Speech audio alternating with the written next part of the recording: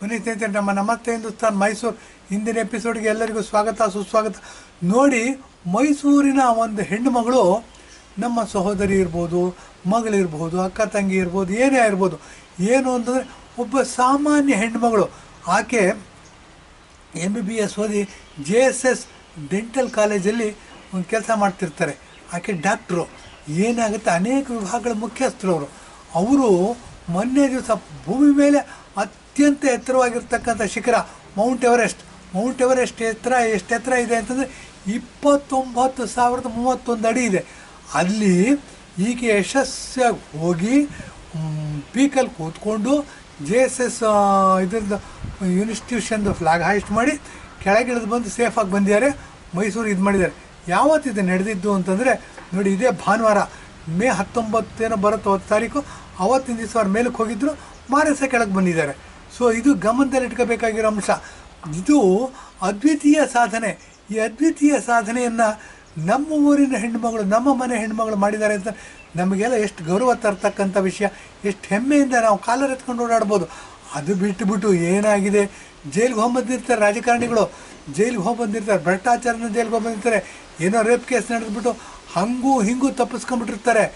ಏನಾಗತ್ತೆ, ಅಂಥವ್ರನ್ನ ಗಣ್ಯಾತಿ ಗಣ್ಯರು ಅಂತ ಕರಿತೀವಿ. ಈ ಪ್ರಿಂಟ್ ಮೀಡಿಯಾದವ್ರ ಜವಾಬ್ದಾರಿನೇ ಇಲ್ಲ ರೀ. ಅವ್ರಿಗೆ ಏನು ಮಾಡ್ತೀನಿ ಅಂತ ಪರಿಜ್ಞಾನ ಏನಿಲ್ಲ. ಹಿಂಗಾಗ್ಬಿಟ್ಟು ನಮ್ಮ ದೇಶನ ಏನು ಮಾಡ್ತಾಯಿದ್ದಾರೆ, ಬನಾನಾ ರಿಪಬ್ಲಿಕ್ ಮಾಡೋದ್ರಲ್ಲಿ ನಂಬರ್ 1 ಯಾರು ಅಂತಂದರೆ ಈ 4th ಪಿಲ್ಲರ್ ಅಂತ ಹೇಳ್ಬೋದು. 4th ಪಿಲ್ಲರ್ ಆಫ್ ಡೆಮಾಕ್ರಸಿ ಅಂತಂದರೆ ಪ್ರಿಂಟ್ ಮೀಡಿಯಾ ಇರ್ಬೋದು, TV ಮೀಡಿಯಾ ಇರ್ಬೋದು. ಏನಾಗುತ್ತೆ ಅಂದರೆ TRP ಜಾಸ್ತಿ ಆಗುತ್ತೆ, ಅವರಿಗೆ ಇನ್ಕಮ್ ಜಾಸ್ತಿ ಬರುತ್ತೆ. ಅಂದರೆ ಕಳ್ಳನ್ನು ಸತ್ಯ ಹರಿಶ್ಚಂದ್ರ ಮಾಡಿಬಿಡ್ತಾರೆ ರೀ, ಮತ್ತು ಸತ್ಯ ಹರಿಶ್ಚಂದ್ರನ ಕಳ್ಳನ್ನು ಮಾಡಿಬಿಡ್ತಾರೆ. ಇವರು ಏನಾಗುತ್ತೆ ಅಂದರೆ ಕೋರ್ಟಲ್ಲಿ ನಡೆಯೋ ಎನ್ಕ್ವೈರಿನೇ ಬೇರೆ, ಸಾಮಾಜಿಕವಾಗಿ ನಡೀತಕ್ಕಂಥ ಎನ್ಕ್ವೈರಿನೇ ಬೇರೆ. ಈಗ ಏನಾಗಿದೆ, ಹೊಸ ಟ್ರೆಂಡ್ ಶುರುವಾಗಿದೆ.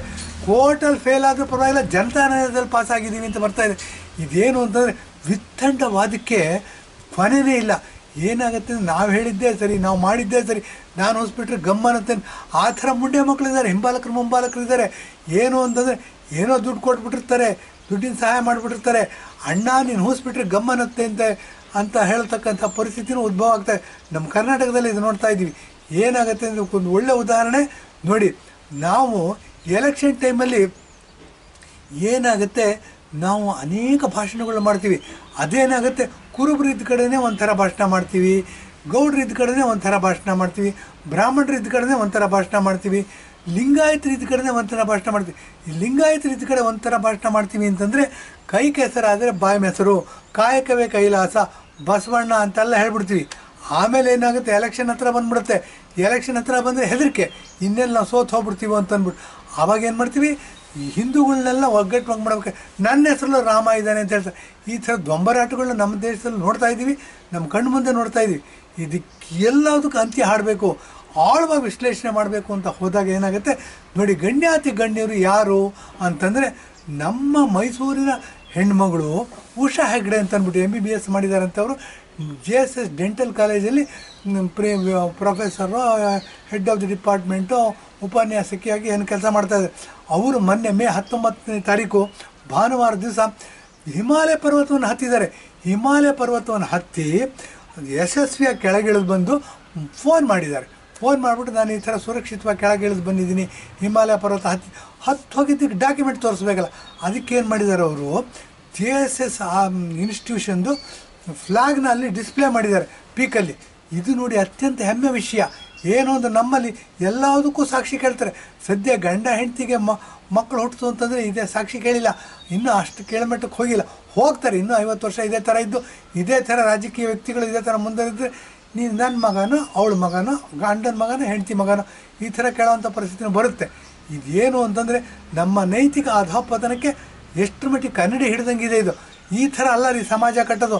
ನೋಡಿ, ಸಂಸಾರ ಗಟ್ಟಿಯಾಗಬೇಕು, ಸಂಸಾರ ಗಟ್ಟಿಯಾದರೆ ಸಮಾಜ ಗಟ್ಟಿಯಾಗುತ್ತೆ, ಸಮಾಜ ಗಟ್ಟಿಯಾದರೆ ದೇಶ ಗಟ್ಟಿಯಾಗುತ್ತೆ, ದೇಶ ಗಟ್ಟಿಯಾಗಬೇಕು ಅಂತಂದರೆ ಮೊಟ್ಟ ಮೊದಲನೇದಾಗಿ ದೇಶಪ್ರೇಮ ಬರಬೇಕು. ಬನ್ನಿ, ಉಷಾ ಹೆಗ್ಡೆ ಅವ್ರ ಬಗ್ಗೆ ಮಾತಾಡ್ತಾ ಇದ್ವಿ.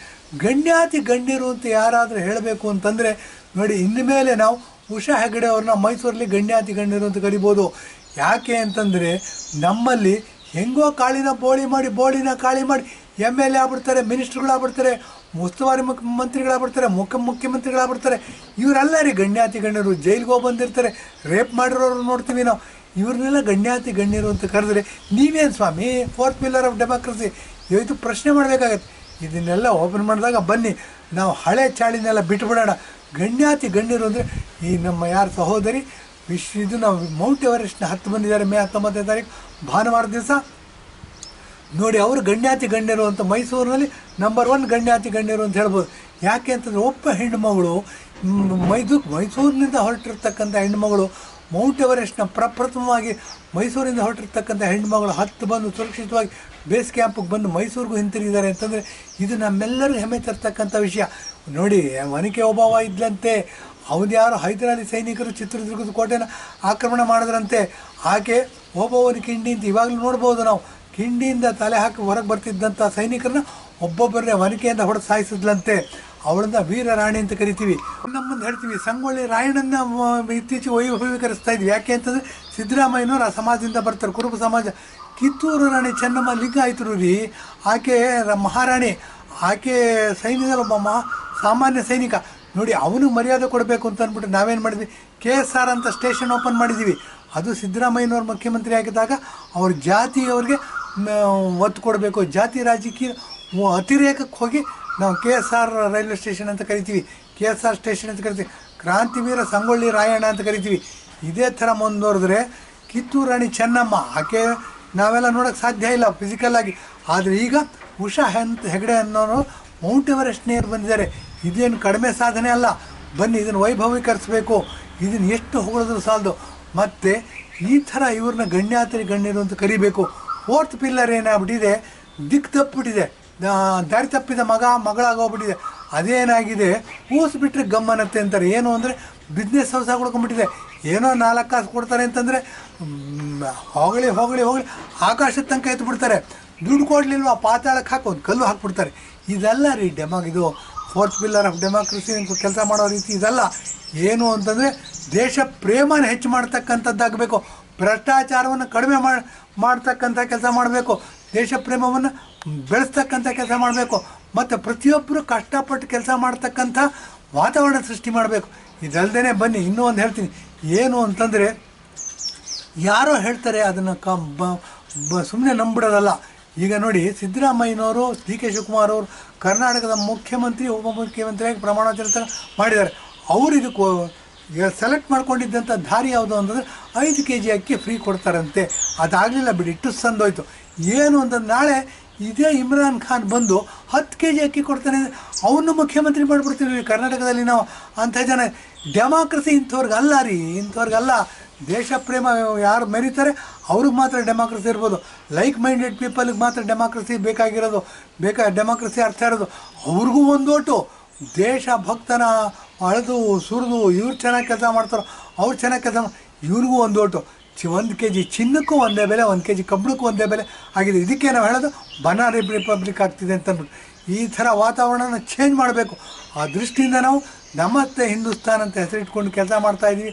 ನಮ್ಮ ಚಾನಲನ್ನು ಸಾಕಷ್ಟು ಸಬ್ಸ್ಕ್ರೈಬ್ ಮಾಡಿ, ಸಾಕಷ್ಟು ಶೇರ್ ಮಾಡಿ, ದೇಶಭಕ್ತಿನ ಮೆರೆಯೋಣ ಬನ್ನಿ ಅಂತ ಹೇಳಿ ಇಂದಿನ ಎಪಿಸೋಡ್ ಮುಗಿಸ್ತಾ ಇದ್ದೀನಿ. ಧನ್ಯವಾದ, ನಮಸ್ಕಾರ.